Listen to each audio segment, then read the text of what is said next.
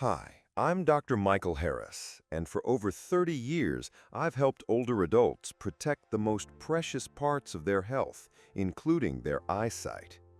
Imagine this: two friends, the same age, both 68. One wakes up with a quiet smile, stretches, ties on walking shoes, and steps outside to greet the morning. The other shuffles to the kitchen, rubs stiff knees, sips coffee, and sinks into the same chair where the hours blend together. Same birthdays, same neighborhood, two very different futures. What makes the difference? It isn't luck, it isn't fate. It's the small choices we repeat every day, the habits that either nourish our future or quietly steal it. Today, I want to reveal the 5 mistakes people most often make after 60 that speed up aging, and I'll show you how to replace each one with something simple, gentle, and powerful. Stay with me until the end, because the last mistake is the most surprising, and the solution I'll share there is the one I've seen change lives more than almost anything else. Let's begin with the first mistake: too much sitting. I'm going to ask you a friendly but serious question. How many hours do you spend each day in a chair? Be honest. After retirement, routines change. There's no commute, no rushing between tasks, no need to keep a schedule. At first, it feels like well-earned rest, but stillness is like rust. A car left in the garage looks fine for a while, but inside, the oil thickens, the battery wanes, and the tires grow stiff. Your joints, your muscles, your heart, they all need motion the way a river needs flow to stay clear. I'll never forget Margaret, 72. She told me, "Doctor, the walk to my mailbox feels like a mountain." Her afternoons were a blur of TV shows, half-finished crossword puzzles, and naps that made real sleep harder at night. We started with 10 minutes around the block, leaning on her cane if she needed it. The first week, she counted every step. By week 3, she noticed a gentle warmth in her legs instead of pain. By month 3, she kept walking past the mailbox to the park. She called me one morning and said, "I heard birds I haven't heard in years." Movement had reopened her world. Then there was Samuel, 76, who gave up gardening because his knees hurt each time he knelt. We paired 5 minutes of slow sit-to-stand practice from a sturdy chair with light stretches he could do while waiting for the kettle to boil. A month later, his knee pain had eased enough that he pruned his roses for the first time in a year. He said, "I thought age was closing the door. It was my chair." Lisa, 80, joined a beginner dance class at the community center. The first week, she was embarrassed, glancing at the floor to hide her missteps. The third week, she laughed when her partner spun her a little too fast.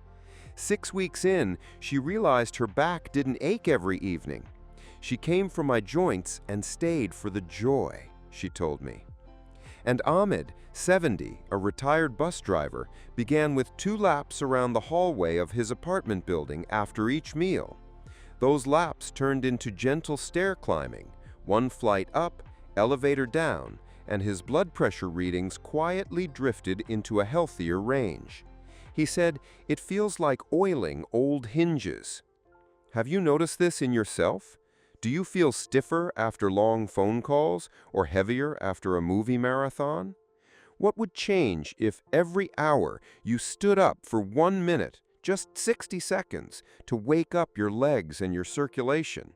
Imagine your body like a door hinge. When the door opens and closes gently each day, the hinge stays smooth for decades. When it never moves, it seizes. Your body is asking to be opened. Try a mini exercise with me right now, if you're able. Place your feet flat on the floor, scoot toward the edge of your chair, lean your chest slightly forward, and stand up slowly. Now sit back down with control. Do that 5 times. Feel how your thighs and hips wake up.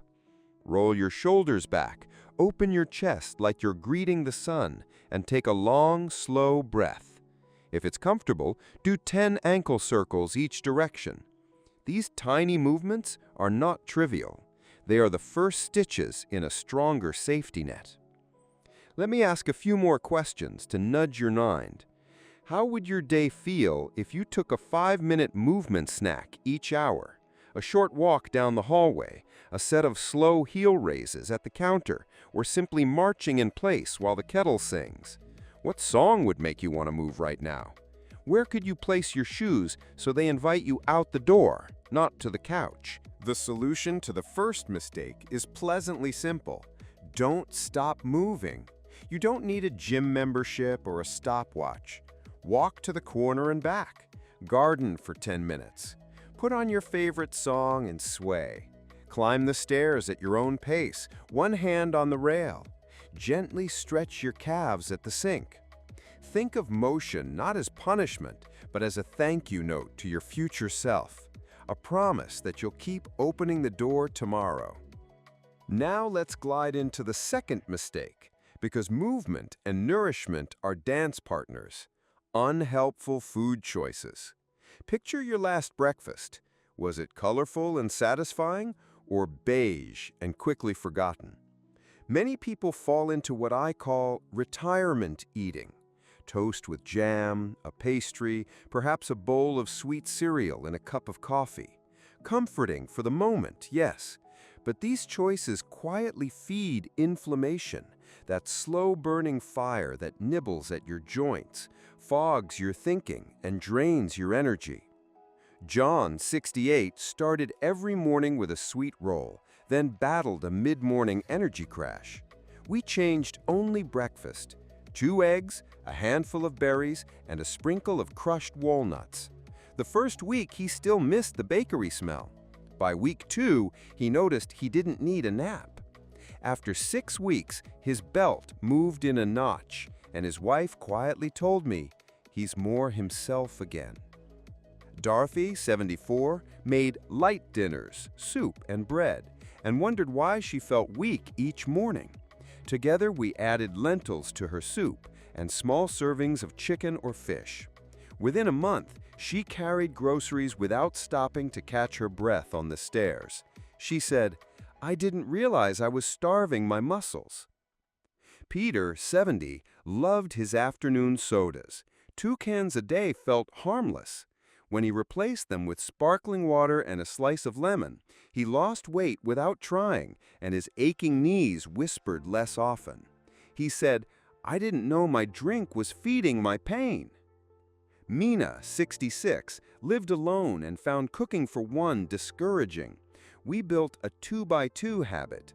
Cook 2 proteins and 2 vegetables on Sunday and rotate them through the week.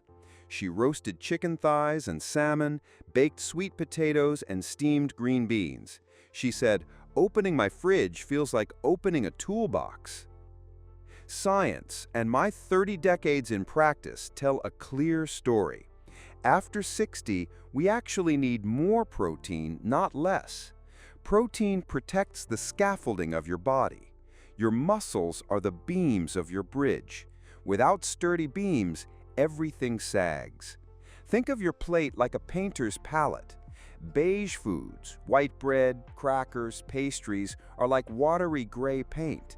They cover the canvas but don't bring life. Add salmon pink, spinach green, blueberry blue, paprika red, and olive oil gold. Suddenly your canvas has depth and strength. Ask yourself, what snack do you reach for when you're tired? A cookie or a handful of almonds? How many glasses of water did you sip today? If I peeked into your pantry, would I find a line of reliable helpers, beans, oats, canned fish, olive oil, nuts, or a parade of sometimes foods that snuck in to visit every day? Let's do a pantry mini exercise right after this video. Open the door and put one less helpful item out of immediate sight, maybe the cookies or chips, and bring one nourishing food to the front. Place a bowl of apples on the counter where your eyes land first. Fill a clear pitcher of water and set a glass beside it. Small signals nudge big behavior. Here's another gentle practice. Build your plate using the 2/3 color idea. If 2/3 of your plate is colorful vegetables and fruits, and the remaining third is protein with a drizzle of healthy fat, you will feel full and steady, not stuffed and sleepy. Imagine the difference between fueling a wood stove with damp newspaper or with well-seasoned logs. One flares and dies, the other glows and warms the whole house. Choose the logs. Now we'll shift with a soft step into the third mistake, withdrawing from others. Even with perfect meals and steady walks, we cannot thrive alone. Humans are social by design. Our nervous systems tune to friendly faces and familiar voices. Our hearts beat steadier when we feel connected. Think back over your week. How many real conversations did you have? Not a quick, "How are you?" in a checkout line, but a talk where someone asked about your day and truly listened. When was the last time you laughed so hard you wiped your eyes?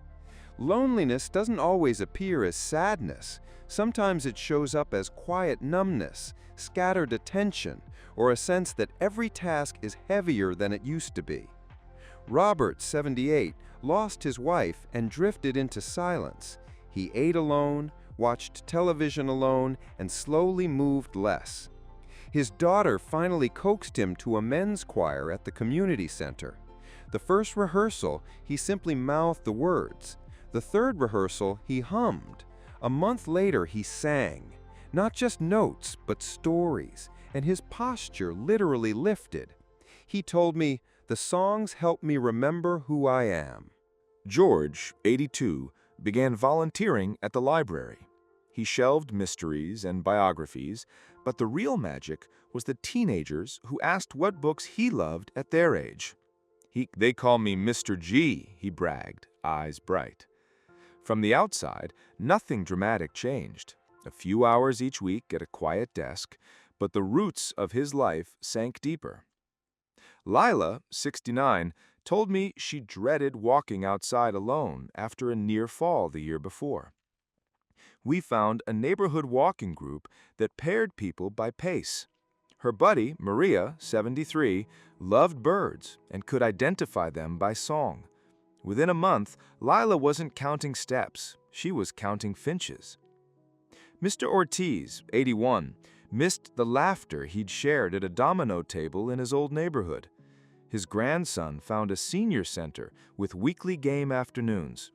The first time he walked in, the room smelled like coffee and old wood, and someone slapped a domino on the table with a satisfying crack. He went every week after that. He told me, "I didn't get younger, but my days did." Imagine yourself as a tree. Alone on a rocky hill, even the smallest wind can knock you sideways. But a tree in a grove holds strong, roots tangled together beneath the soil. Who are your roots? Who steadies your trunk when storms blow? Try this connection mini exercise today.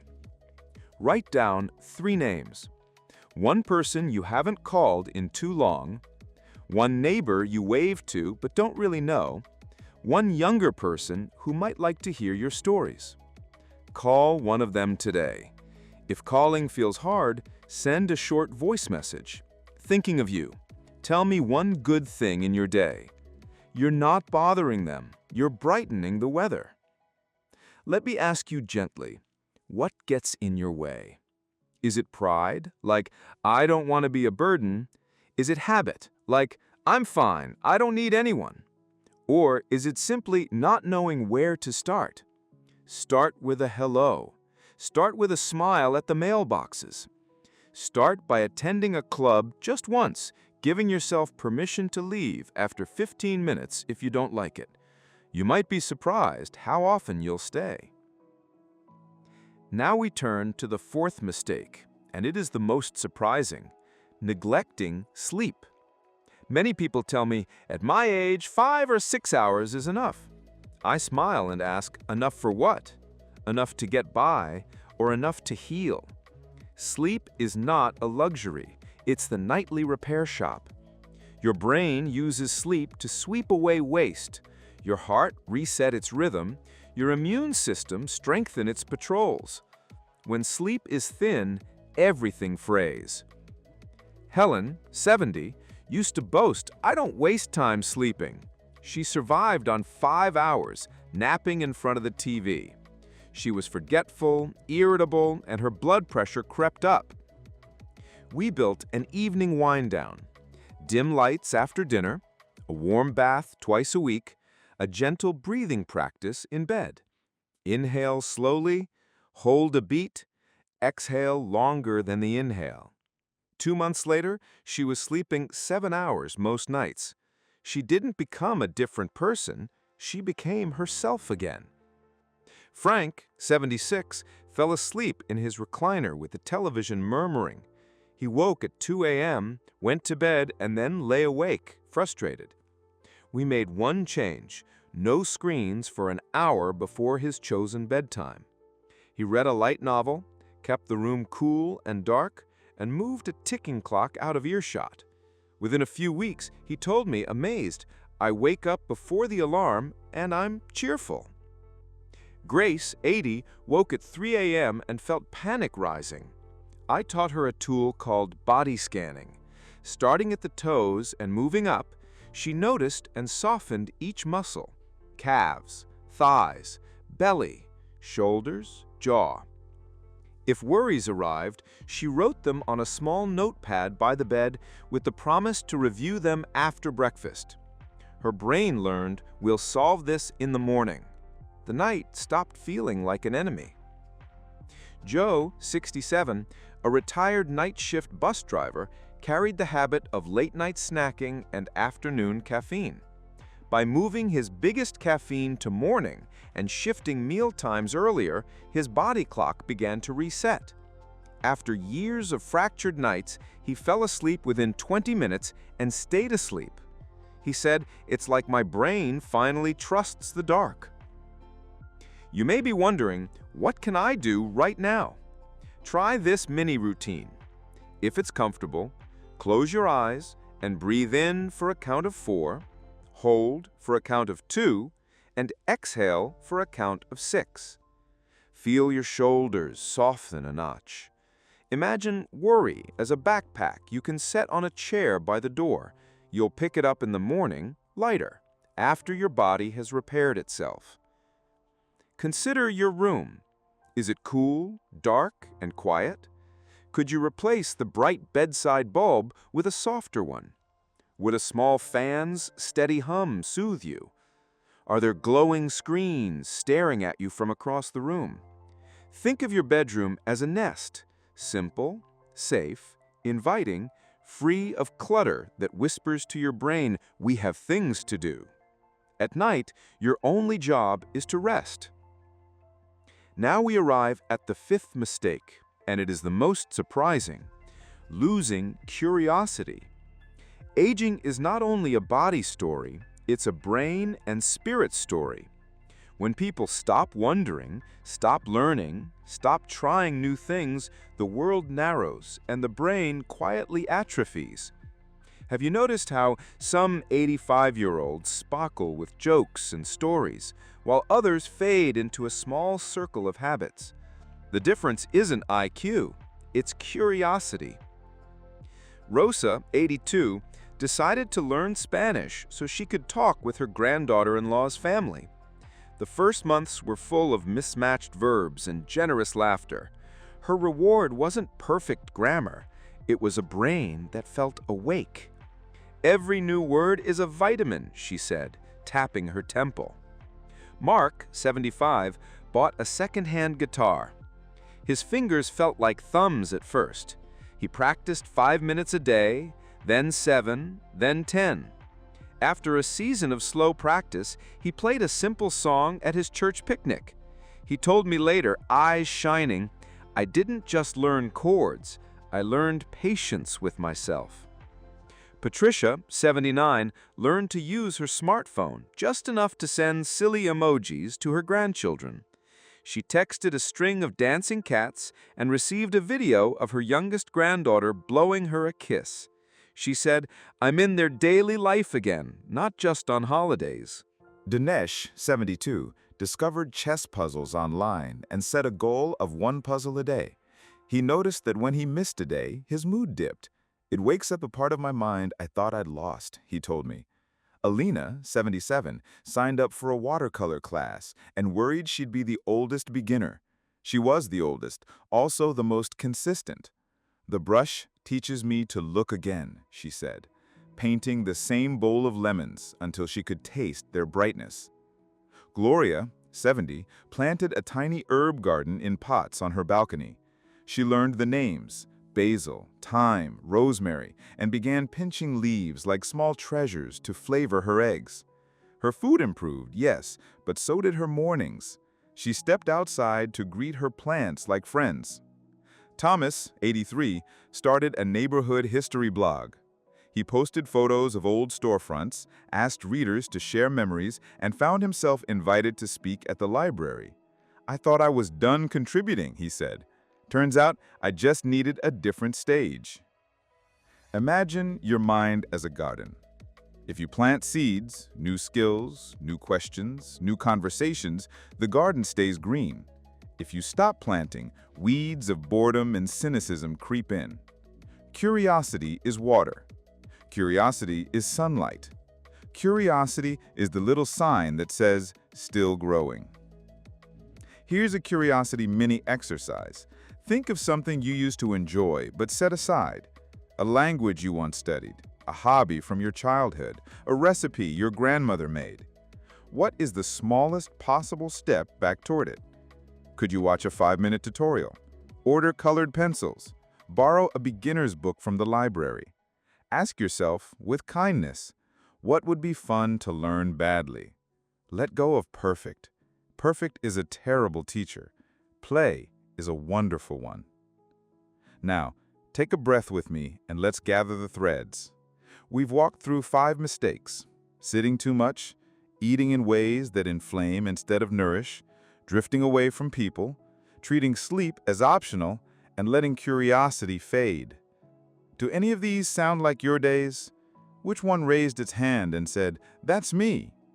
Before we step into the closing promise and plan, I want to give you a simple picture for your week. Imagine your life as a house with 5 rooms. Each day you visit at least 3 rooms, even if only for a few minutes. The movement room, a short walk, some chair rises. The kitchen room, a colorful plate, a tall glass of water. The friendship room, one message or call. The sleep room, lower lights, slower breath. And the curiosity room, 5 minutes to learn or practice. You don't have to redecorate every room at once. Just visit. Just keep the doors open. Let's return briefly to each room with a last story and a last question to settle the lesson. For movement, I think of Nina, 69, who was embarrassed to go to the gym. We built a hallway routine. Walk the hall after breakfast, after lunch, and after dinner. 3 gentle laps each time. She taped a small calendar near the light switch and marked a star for each walk. After a month, she sent me a photo of her doorway starry as a night sky. "I forgot to be embarrassed," she said, "because I was busy keeping a promise to myself." What promise could you keep to yourself today that fits in the time it takes to steep tea? For food, I remember Serge, 73, who loved bread so much he joked about marrying a baguette. We didn't ban bread, we blessed balance. He tried an experiment. Every time he wanted bread, he first ate something colorful and protein-rich. Half the time, one slice satisfied him. The other half, he realized he wasn't hungry, he was bored. "I started calling my friend instead of calling the bakery," he said. When do you mistake boredom for hunger? What could feed your spirit when your stomach isn't truly asking? For connection, I think of May, 71, who started a Sunday tea on the porch ritual. She brewed a pot at 3 o'clock and invited whoever passed by to sit for 10 minutes. At first, only her neighbors stopped. Then the dog walkers learned they were welcome. Soon Sunday afternoons were a slow parade of simple company. I became the porch lady, she said with pride. What simple ritual could you offer your street or building? A bowl of water for dogs, a basket for borrowed books, or a wave at the same time each day? For sleep, Ruth, 78, struggled with early morning waking. We tried a daylight walk within an hour of sunrise to anchor her body clock, a consistent bedtime, and a worry window in the late afternoon to write down tasks and concerns. 2 weeks later, she reported, I sleep through most nights, and when I wake early, I don't panic. I breathe, and often I drift back. What small signal could you add to your evenings to tell your brain night has begun? For curiosity, Harold, 84, adopted a rescue parakeet he named Jazz. He learned to whistle scales because Jazz loved music. I never expected a bird to become my music teacher, he laughed. What unexpected teacher could you invite into your life? A plant, a puzzle, a poem? You may be wondering, where do I start? It's a lot. I hear you. Let's make it gentle. Start with one habit. One change so small it almost feels silly. 5 minutes of walking, one extra egg, one phone call, one earlier lamp turned off, one page of a book. And then, when that feels like part of you, add another. Small steps are not small if you take them every day. They are a staircase. Before we close, I want to share an extended story that has anchored my faith in late life change. Eleanor came to me at 85. She walked with short, careful steps, as if the floor might break. Doctor, I think my good years are behind me. I'm here because my daughter insisted. We set tiny goals that felt almost childlike. Stand up from a chair 5 times each morning, add a spoonful of beans or a piece of fish to lunch, call her sister on Wednesdays, dim the lights after dinner, and sit by the window to watch the sky darken. Spend 5 minutes each afternoon sorting old photographs and writing names on the back to jog memory and share stories. The first month, she felt foolish. The second month, she felt steadier. By the third, something shifted. She noticed the lilac bush at the end of her block and walked there to smell it. She brought her neighbor a slice of banana bread and stayed to gossip about birds. She asked her daughter to teach her how to send a text message. I want to send hearts, she said shyly. At 86, she told me she feels younger than she did at 70. Not because she erased time, but because she embraced it. Her life didn't become perfect, it became precious again. Let's tie a bow around the 5 lessons with a gentle, practical plan you can start today. First, movement. Stand up now and do 5 slow chair rises. If that felt okay, mark a small star on a sticky note and put it on your fridge. Tomorrow, add another star. Second, nourishment. Pour a glass of water and take 10 slow sips. After the video, put a colorful food at eye level in your kitchen. Third, connection. Think of one person. Say their name out loud. Picture their face. Decide whether you'll call, text, or write, and then do it. Fourth, sleep. When evening comes, lower one light in your home, just one, and let your body notice the cue. Fifth, curiosity. Choose a tiny spark, a 3-minute tutorial, a single paragraph in a new book, one chord on the guitar, a doodle in the corner of the newspaper, and give it your attention. These are not homework assignments. These are love notes to your future self. As we move toward our close, I want to offer you an image to carry with you. Picture a small harbor at dawn. Boats rock gently, ropes creak, gulls call. The tide is turning slowly, steadily, without drama, and the water begins to rise. You are not a speedboat. You are a sturdy craft built to last. Your habits are the tide. Turn them, and your whole harbor lifts. Now I'll repeat the heart of our time together, because repetition is how the mind remembers and how the heart decides. Move every day, even a little, because motion is the oil in your hinges and the spark in your battery. Eat to nourish, color, protein, and water, because your body deserves seasoned logs, not damp paper. Reach for people, because roots in a grove are stronger than roots alone. Guard your sleep like treasure, because night is when the repairs happen. And keep your curiosity alive, because a brain that plays stays lit like a lighthouse. Here is my final invitation, shaped like a promise we can make together. Choose one of the 5 rooms to visit today with intention. Write your choice in the comments so others can cheer you on. I'm taking a 10-minute walk after lunch. I'm adding beans to dinner. I'm calling my cousin. I'm turning off the TV an hour before bed. I'm practicing 3 words in Spanish. Your comment might be the exact spark someone else needs. If someone you love came to mind while you listened, a spouse, a friend, a neighbor, share this message with them. You might not just add years to their life, you might add life to their years. Before we part, close your eyes for one breath. Inhale slowly through your nose, hold that calm at the top. Exhale even more slowly through your mouth.